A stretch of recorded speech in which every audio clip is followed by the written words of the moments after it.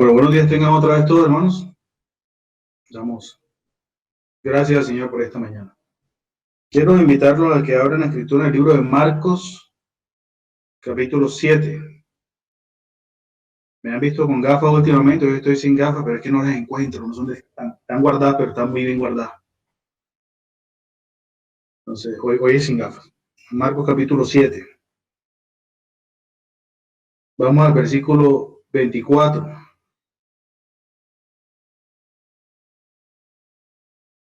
Vamos a leer un texto corto ahí. Dice Marcos 7:24. Levantándose de allí, se fue a la región de Tiro y de Sidón, y entrando en una casa, no quiso que nadie lo supiese, pero no pudo esconderse, porque una mujer cuya hija tenía un espíritu inmundo, luego que oyó de él, vino y se postró a sus pies. La mujer era griega y sirofenicia, de nación, y le rogaba que echase fuera de su hija al demonio. Pero Jesús le dijo: deja primero que se sacien los hijos, porque no está bien tomar el pan de los hijos y echarlo a los perrillos. Respondió ella y le dijo: sí, Señor, pero aún los perrillos debajo de la mesa comen de las migajas de los hijos. Entonces le dijo: por esta palabra, ve, el demonio ha salido de tu hija. Y cuando ella llegó a su casa, halló que el demonio había salido y a la hija acostada en la cama. Oramos nuevamente, hermano. Gracias, Señor, te doy por esta mañana, por esta oportunidad, Señor, de abrir tu palabra. Te ruego, mi Dios, que en esta mañana puedan ser tus caminos y pensamientos, y no mis caminos y pensamientos, mi Dios. Que puedas cumplir tus propósitos, que puedas hacer con tu palabra lo que ella es enviada a hacer delante de cada uno, mi Señor, en la vida de cada uno de nosotros. Te ruego que tu misericordia y tu gracia pueda ser un instrumento útil para ti en esta mañana, y que nuestros corazones estén dispuestos y preparados para tu palabra. Gracias, buen Señor, por este día que nos permites. Ruego tu bendición aquí en Prado y en cada lugar, mi Dios, donde se abre tu palabra, con el propósito de ser expuesta, Señor, para que fielmente en cada lugar entonces pueda ser expuesta. Te lo pedimos en esta mañana, mi buen Dios, en el nombre de tu Hijo Jesucristo, quien honramos y damos gracias en esta mañana. Amén.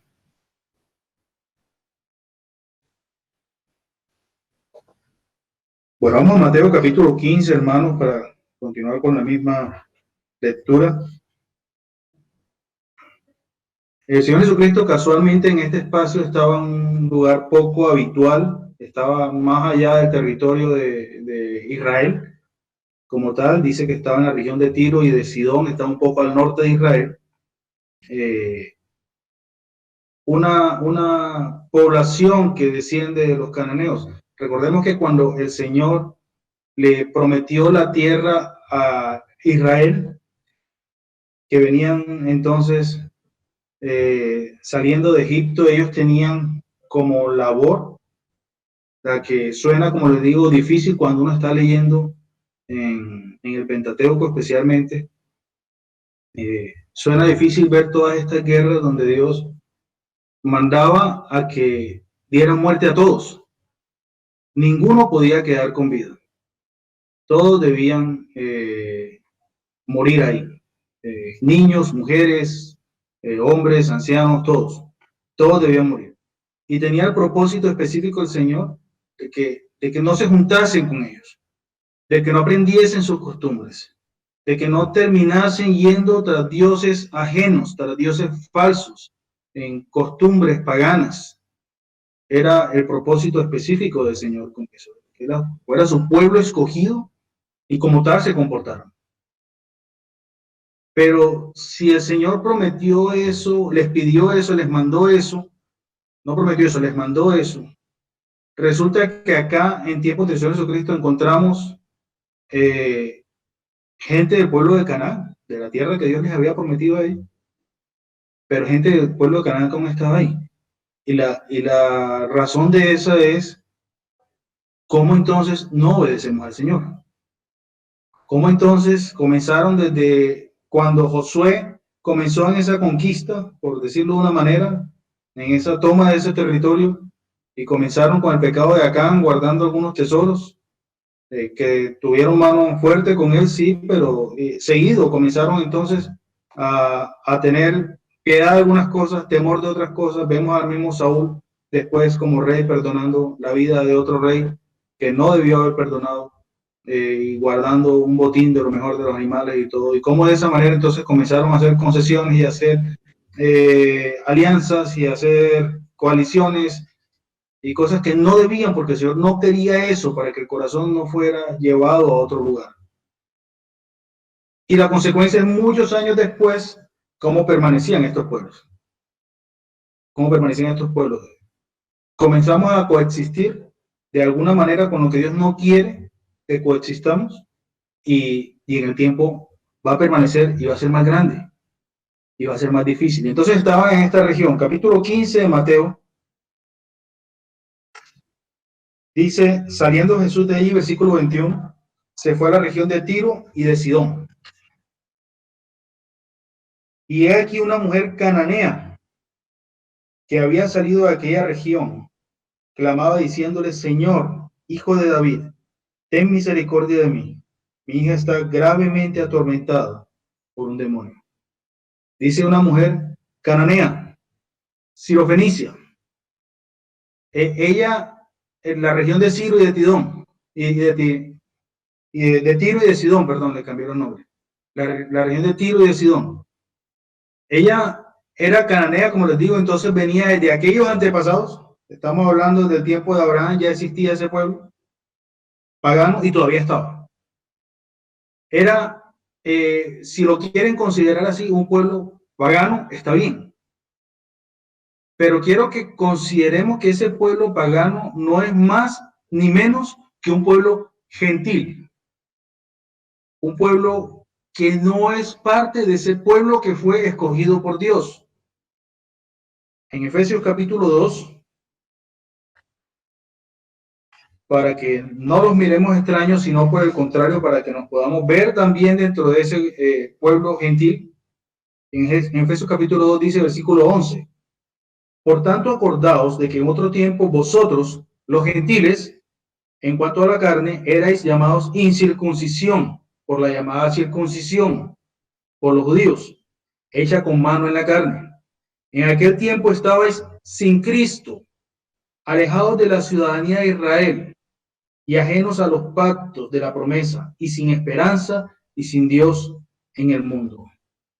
Esa era la condición. O sea, cuando hablaban de un gentil, con seguridad y con tranquilidad, lo pensaban como alguien ajeno a los pactos de la promesa, que no tenía parte en lo que Dios había prometido, que nunca había gozado de la presencia de Dios como la gozó el pueblo de Israel en el tabernáculo, ahí en el lugar santísimo, que nunca había gozado de eso, que no había sabido que era tener la protección de Dios con una nube encima protegiéndolos de día y con una columna de fuego en la noche, que no sabía lo que tener un Dios a su favor que mandara 10 plagas sobre Egipto y que matara a todos los primogénitos para sacarlos a ellos, y los sacó con riquezas, por cierto.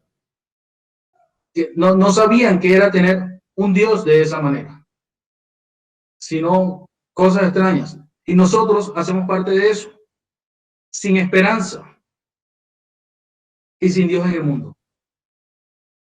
Es triste ver cómo las personas van engañadas, viviendo una vida tranquila, que una vida supuestamente gozosa y contenta, cuando realmente no tienen esperanza. No tienen esperanza y no tienen Dios en el mundo, porque no tienes un Dios, no tienen un Dios verdadero. Porque si no han creído a Cristo, no han podido acercarse a Dios. Y de esa manera muchos viven. Y muchos permanecen y pasan su vida así, y lamentablemente mueren así. Y cuando mueren así, si no han creído a Cristo, si no han tenido un Dios, no tienen esperanza. Vean, sin esperanza, no tienen esperanza. No hay más nada que hacer. No hay sentido de una oración posterior pidiendo algo por los demás. No. Solo nosotros podemos arreglar nuestra situación con Dios. Solo nosotros, más nadie. Solo nosotros, postrados delante de Dios, rogando misericordia de Dios, rogando ser parte de esa salvación de Dios, reconociendo a Jesucristo como mi Salvador, reconociendo que solo por la sangre de Cristo he sido comprado, reconociendo que no lo merecía. Es la forma, es la única forma de hacerlo. Pero mientras tanto, alejados de la ciudadanía de Israel. Un pueblo distinto, un pueblo apartado. Capítulo 15 nuevamente, de Mateo. Y dice que esta mujer clamaba diciéndole, Señor, Hijo de David, ten misericordia de mí. Mi hija está gravemente atormentada. ¿Cómo le llamaba a esta mujer? Esta mujer era cananea, era sirofenicia, era de un pueblo pagano. Pero ¿cómo llamaba al Señor Jesucristo? Le decía, Señor, Hijo de David. ¿Para quién tenía sentido esto de Señor, Hijo de David? Para los judíos. Porque ellos esperaban, según profecía, en 2 de Samuel, capítulo 7.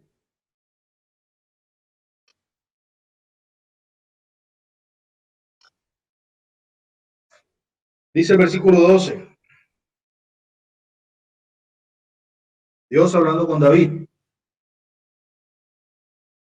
Y cuando tus días sean cumplidos y duermas con tus padres, yo levantaré después de ti a uno de tu linaje, el cual procederá de tus entrañas, y afirmaré tu reino. Él edificará casa a mi nombre, y yo afirmaré para siempre el trono de su reino.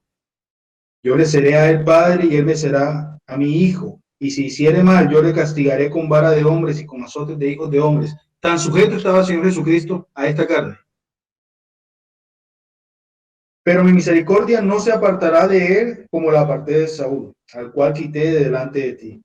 Y será afirmada, versículo 16, tu casa y tu reino para siempre delante de tu rostro, y tu trono será estable eternamente. ¿Quién puede hacer el trono de David estable eternamente? De la simiente de David, ¿quién no puede hacer? Solo el Señor Jesucristo. Ese hijo de David que estaban esperando los judíos, que dice en Lucas capítulo 20, que el mismo Señor les preguntaba a ellos. Lucas capítulo 20 dice verso 41, entonces él les dijo, ¿cómo dicen que el Cristo es el hijo de David? Ese que están esperando, ese que va a tener un reino eterno, por cierto, bajo subyugados al gobierno romano, estaban buscando un rey como David, que viniera, que pudiera con los malos, por decirlo de alguna manera, que los libertara. Así estaban esperando al rey. Y por eso les hace mención de esto. Dice, pues el mismo David dice en el libro de los Salmos, dijo el Señor a mi Señor, siéntate a mi diestra, hasta que ponga a tus enemigos por estrado de tus pies. David pues le llama Señor. ¿Cómo entonces es su hijo?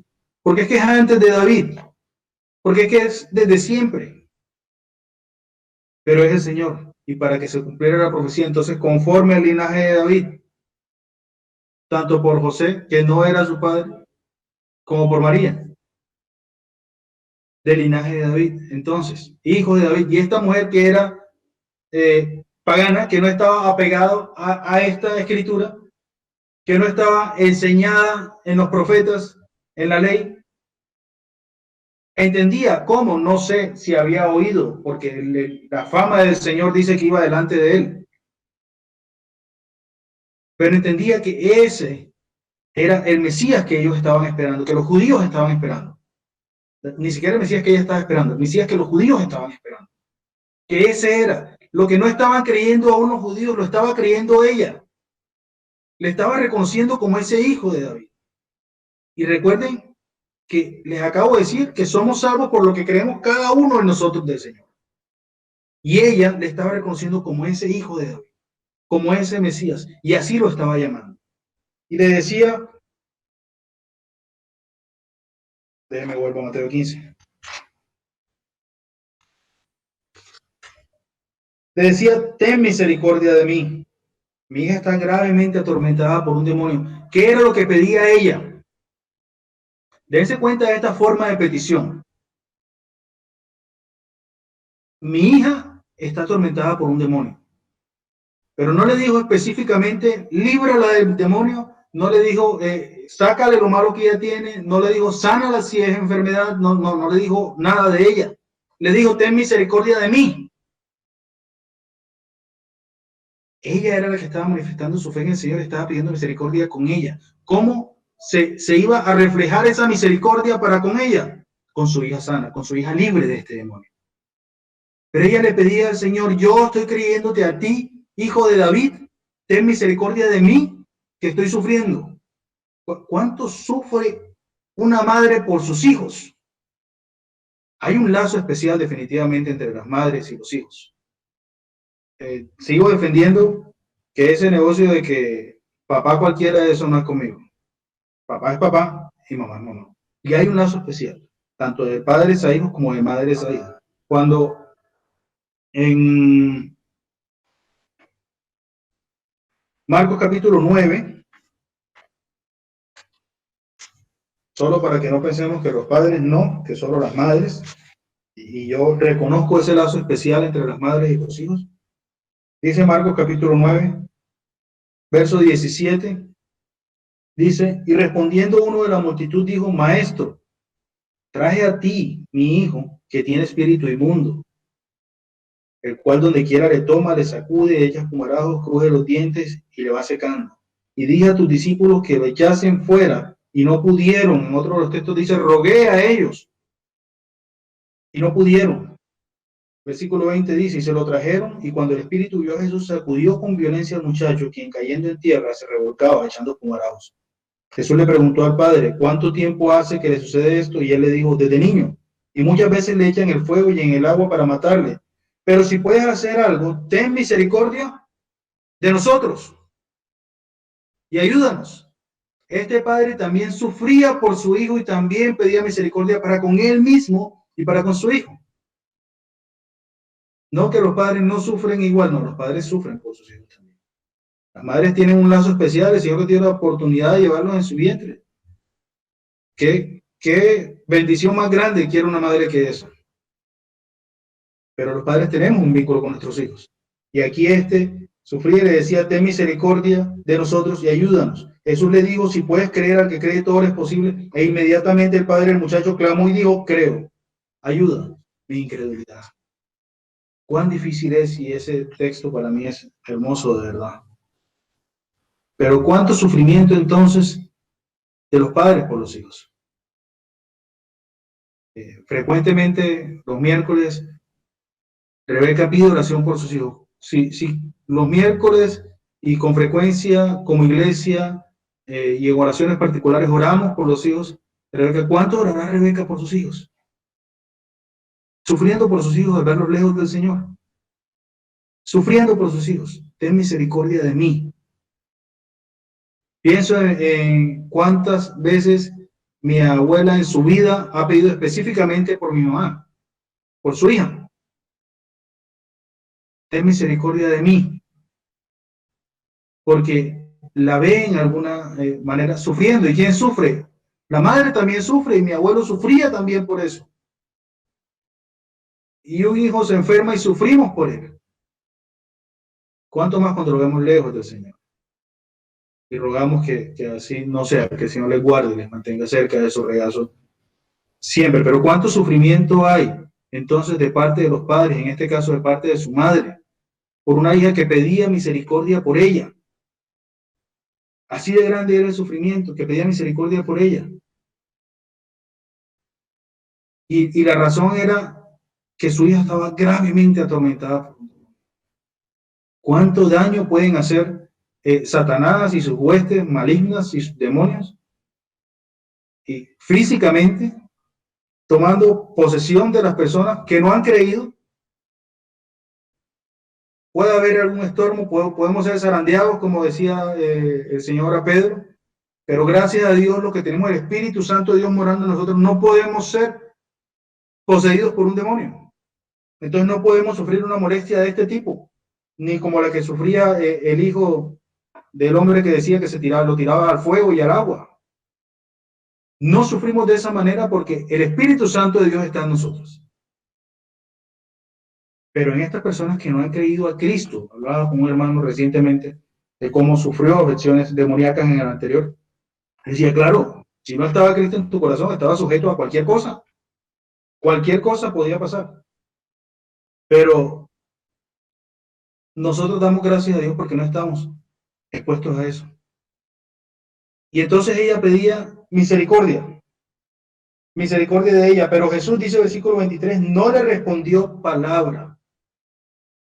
El Señor Jesucristo, con esta mujer que le estaba reconociendo como hijo de David, que le estaba reconociendo como el Mesías que había de venir, el Mesías redentor del pueblo de Israel, le estaba reconociendo de esa manera. El Señor Jesucristo dice que no le respondió palabra. Esta mujer que le estaba rogando, ten misericordia de mí, apiádate de mí.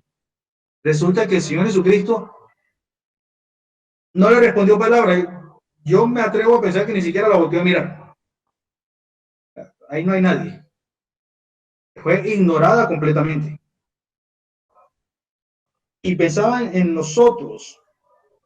Es que nuestra reacción siempre es distinta, siempre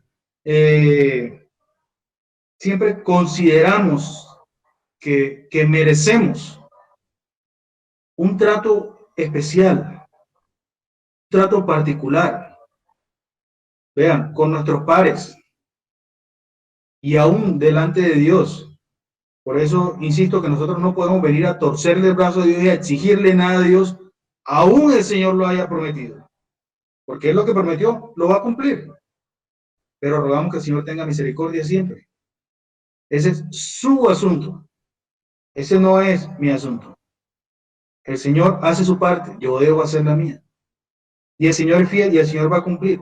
Pero vean esta condición. Y no que el Señor no lo hubiese escuchado. ¿Será que nosotros pensamos que el Señor no nos escucha cuando oramos? Sí, dice la Escritura que antes de que la palabra esté en nuestra boca, Él ya la conoce. Pero nos acercamos a Él y le traemos la petición. Nos acercamos a Él con todo súplica y ruego y con acción de gracias y venimos delante de Él. Con eso que Él ya conoce. Y no que no nos escuche. Cuando la mujer que tenía flujo de sangre le tocó, no dijo nada. Le tocó. Y dijo Él, ha salido poder de mí. El Señor sabe. No es que el Señor no nos escuche. El Señor puede dejarnos a esperar. El Señor nos puede poner a esperar. El Señor puede decir sí, el Señor puede decir no, pero la respuesta que menos nos gusta, creo yo, es cuando no nos dice nada y nos pone a esperar. Y va a responder en su tiempo. Y siempre me acuerdo del pueblo de Israel cuando estaba clamando por el yugo de esclavitud que tenían con los egipcios y resulta que el Señor había comenzado a trabajar en eso 80 años antes. El Señor venía preparando la respuesta a esa oración, a esa súplica que probablemente consideraban ellos que no estaba siendo atendida. ¿Cuánto quisiera que, como Pablo, pudiéramos entender claramente la respuesta del Señor? Y así como él entendió, después de que pidió 3 veces, en la tercera ocasión ya el Señor le dijo, no, o sea, no, bástate mi gracia. Mi poder se perfecciona en tu debilidad, ya está ahí. Y Pablo entendió, entonces ya no pido más por esto. Y lo acepto y le doy gracias al Señor. Y dijo que el Señor sea perfeccionado en mi debilidad. ¿Cómo entender esto? Pero ese silencio, increíblemente, a veces incluso nos aleja del Señor. Algunos podemos entonces decir, no, es que no pasa nada. Pero no es que mi tiempo no es el tiempo del Señor y el tiempo del Señor es perfecto. Y entonces el Señor no le dijo nada a ella y reaccionaron sus discípulos y dice entonces acercándose sus discípulos, le rogaron diciendo, despídela, pues da voces detrás de nosotros. Dice en la versión de las Américas, atiéndela, no despídela, sino atiéndela, haz lo que te está pidiendo. Y no dice, y en la nueva traducción viviente no dice que da voces detrás de nosotros, sino nos está molestando. Nos tiene fastidiados, nos tiene aburridos, ayúdanos con esta mujer, haz lo que te está pidiendo. Vean por qué somos movidos a misericordia nosotros y por qué es movido a misericordia el Señor. Nosotros podemos ser movidos a misericordia y ceder, así como el rey injusto, sencillamente porque nos fastidiamos, para que no nos moleste. Pero el Señor es distinto a nosotros. ¿Cuánta diferencia hay entre nuestro corazón y el corazón del Señor? Y dijo, respondiendo, versículo 24, dijo, no soy enviado, sino a las ovejas perdidas de la casa de Israel. El Señor fue enviado a morir por nuestros pecados. Dice la Escritura, para que todo aquel que en él cree no se pierda, mas tenga vida eterna.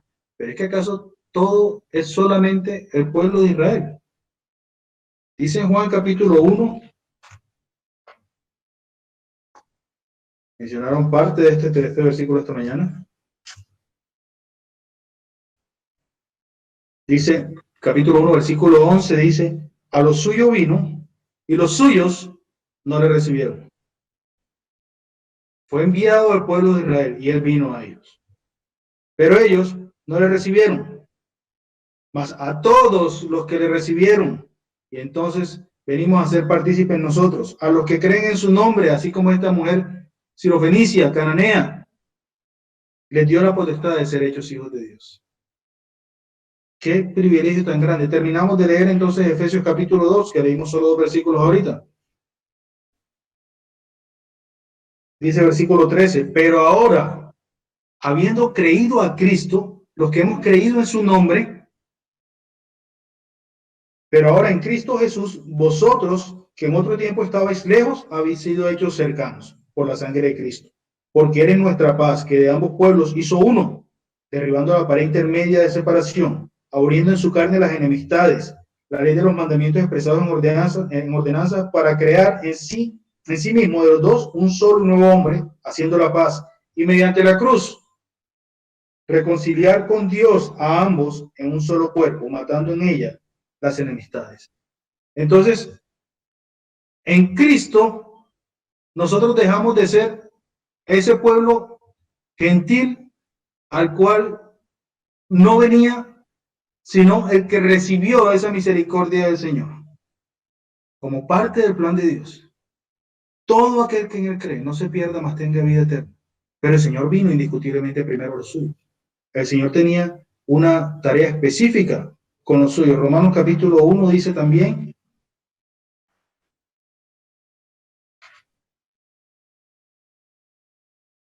dice verso 16, porque no me avergüenzo del evangelio, porque es poder de Dios para salvación a todo aquel que cree. Y entonces dice, al judío primeramente y también al griego.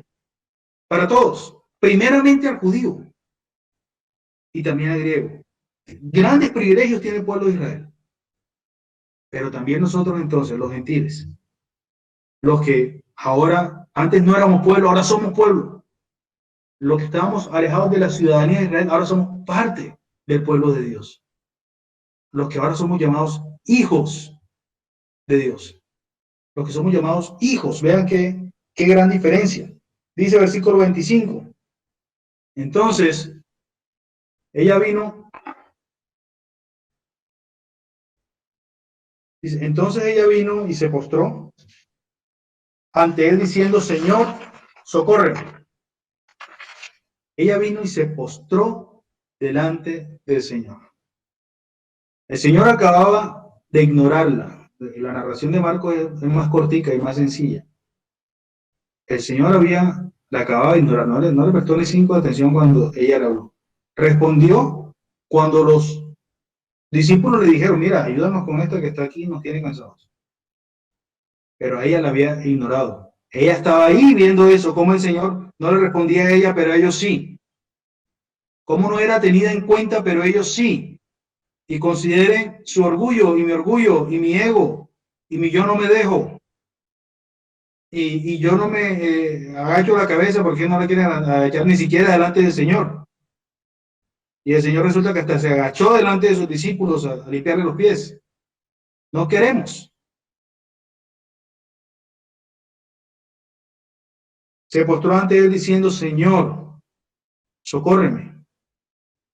Postrada, ahí, rogándole al Señor, humillándose delante del Señor.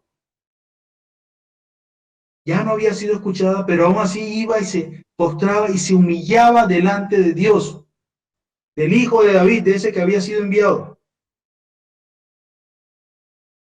Y vean cómo esta respuesta tiene todo menos ternura. Respondiendo él le dijo, no está bien tomar pan de los hijos y echarlo a los perrillos. Fue enviado al pueblo de Israel. El pueblo de Israel consideraba de los gentiles que eran como perros. Los perros no eran tan cuidados como son cuidados hoy en día.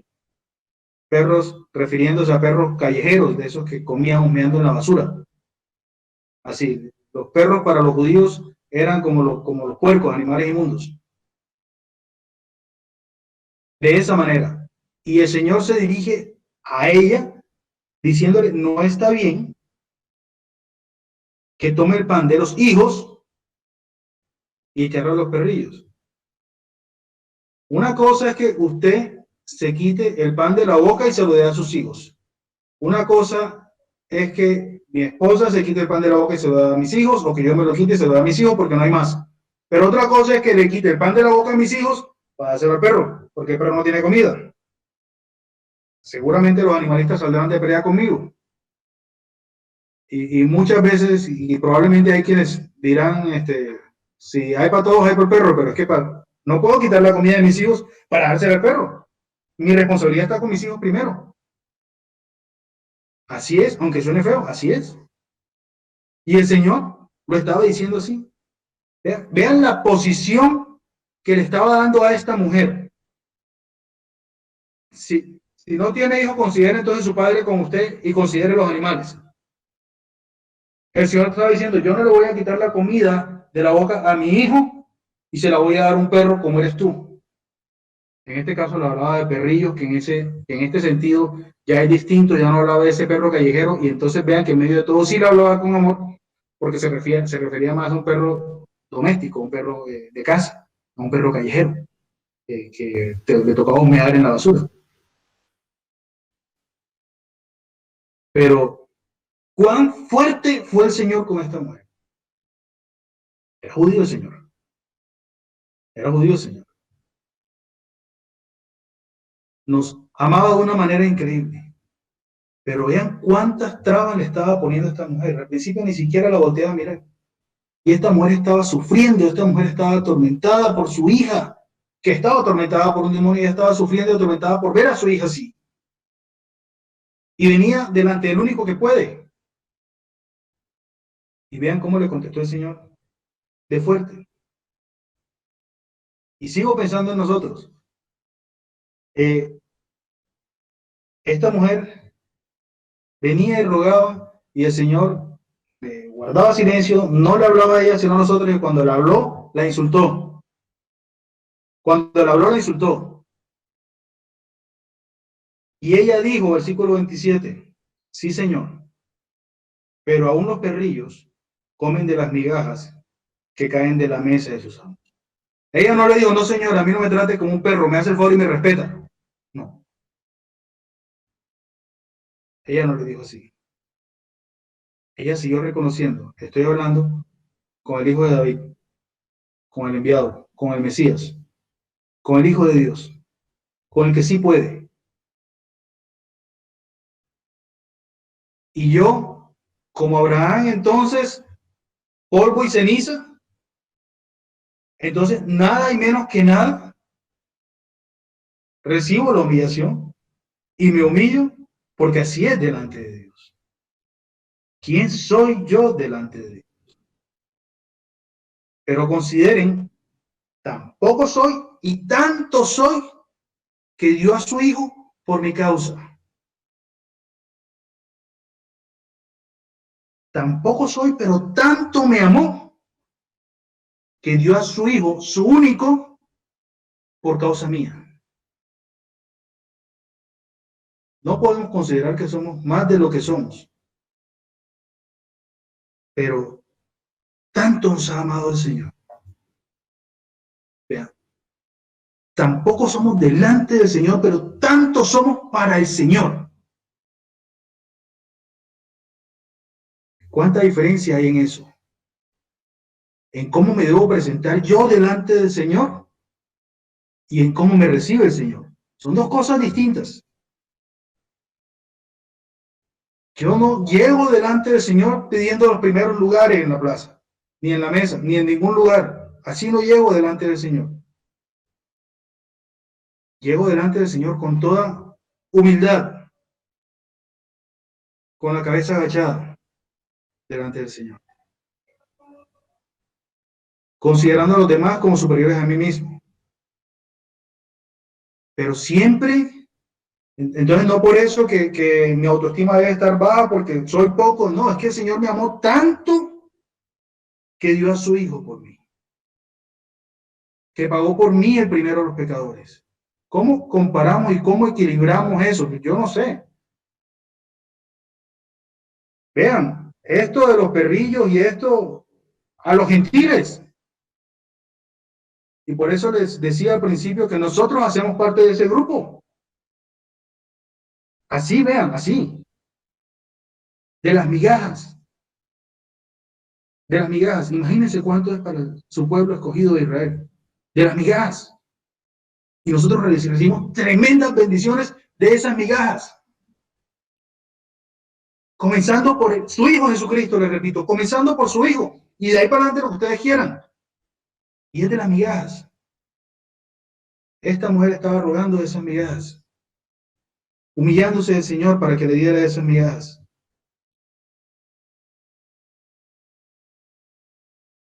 Dice en Marcos, que leímos,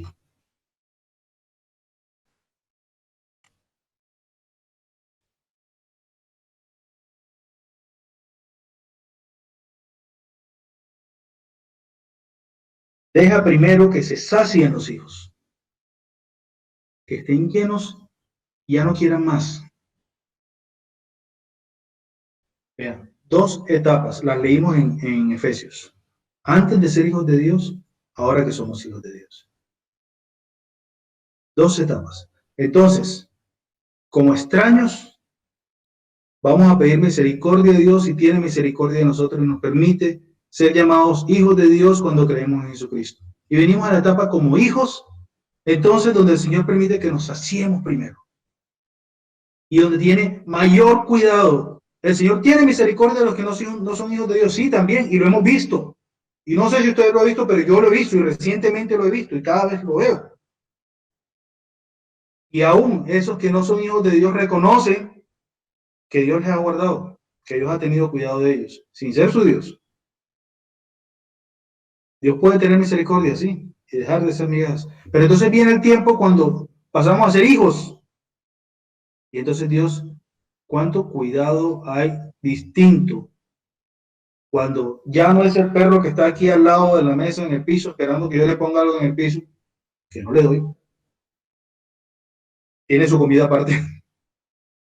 A pasar a estar sentado a la mesa, los hijos con el Padre. A estar recibiendo de la mano del Señor. ¿Cuánta diferencia hay? Entonces, como hijos, venimos delante de Dios, rogamos al Señor, tiene misericordia de nosotros. El tiempo que el Señor considere, de la manera que el Señor considere, de la manera que considera que es mejor. Y así hace, no como nosotros queremos, no como considera que es mejor. Como he enseñado otras veces, casi que lamentablemente aún nos concede, nos permite cuando vamos por el camino equivocado. Nos deja que vayamos por ahí y aún así nos sigue cuidando. Como hijos tiene un cuidado distinto, muy distinto de nosotros. Versículo 28. Entonces respondiendo Jesús dijo, oh mujer, grande es tu fe, hágase contigo como quieres. Y su hija fue sanada desde aquella hora. Vemos otra vez en Marcos 7. Dice, entonces le dijo el versículo 29, por esta palabra, ve, el demonio ha salido de tu hija. Por haber creído, por haber mostrado tu fe, por la haberla evidenciado humillándote, por haber reconocido tu condición delante de Dios, por haber mostrado cuánto crees a Dios. Entonces ve, tengo misericordia de ti, recibe de esas migajas, que tu hija está sana. Tu hija, el demonio ha salido de tu hija. ¿Cómo nos acercamos a Dios? El publicano en Lucas capítulo 18 dice que no quería ni aún alzar los ojos al cielo. Ni aún alzar los ojos al cielo. y decía, Señor, sé propicio a mí, pecador. Pero ¿cómo venimos nosotros delante de Dios? Cuando no tenemos la respuesta de Dios, cuando no pasa como nosotros queremos que pase, entonces nos molestamos y nos vamos, nos ponemos bravos y nos vamos. Nos ponemos bravos con la iglesia, nos ponemos bravos con el Señor, cuando el Señor nos responde en su tiempo. Nos gana la soberbia, nos gana el orgullo. El Señor quiere corazones humildes delante de Él. David, pidiéndole perdón al Señor, le decía, un corazón contrito y humillado no despreciarás tú, oh Dios. ¿Cómo debemos presentarnos delante de Dios? Le creemos al Señor, nos humillamos delante de Dios, nos acercamos a Él, descansamos en Él y Él hará conforme a sus propósitos. Le seguimos rogando cuando no nos ha respondido. Y si dice que no, le damos gracias porque dijo que no. Y si dice que sí, le damos gracias porque dijo que sí. Y si parece que no nos escuchara, les aseguro que sí nos escucha. Y seguimos pidiéndole al Señor, humillándonos delante de Dios. Con todo ruego, dicen Filipenses, con todo ruego. ¿Cómo es nuestra actitud cuando rogamos? ¿Cómo es nuestra postura cuando rogamos? ¿Cómo es nuestra expresión cuando rogamos? Así, con todo ruego, vamos delante del Señor. Y el Señor no nos va a desechar. Gracias, amado Señor, te queremos dar en esta mañana por esta mujer sirofenicia, cananea, gentil, tal como yo, mi buen Dios. Día alejado de la ciudadanía de Israel, ajeno a las promesas, sin esperanza y sin... Pero aún así tienes misericordia, mi Dios, y te doy gracias por ello. Te ruego que siempre podamos acercarnos con certidumbre de fe, sabiendo que estás ahí, mi buen Dios. Te ruego que siempre podamos acercarnos confiando que vas a ser conforme a tus propósitos. Te ruego, mi Señor, que podamos dejar toda altivez, soberbia, ego, cualquier cosa, mi Dios, que me haga pensar que las cosas son distintas y me haga cambiar mi posición frente a ti. Poder tener equilibrados eso, esa indignidad por causa de nuestro pecado, con esa dignidad entonces ahora de ser hijos tuyos, Señor. Qué bendición tan grande. Esa posición real que debemos tener delante de ti, con esa nueva realidad como hijos tuyos, Señor. La forma como yo me acerco a ti, la forma como tú nos recibes, Señor. Ayúdanos, Señor, a que cada día podamos honrarte y agradarte, reconocerte como nuestro Dios en todo tiempo. En el nombre de Dios Jesucristo oramos y damos gracias. Amén.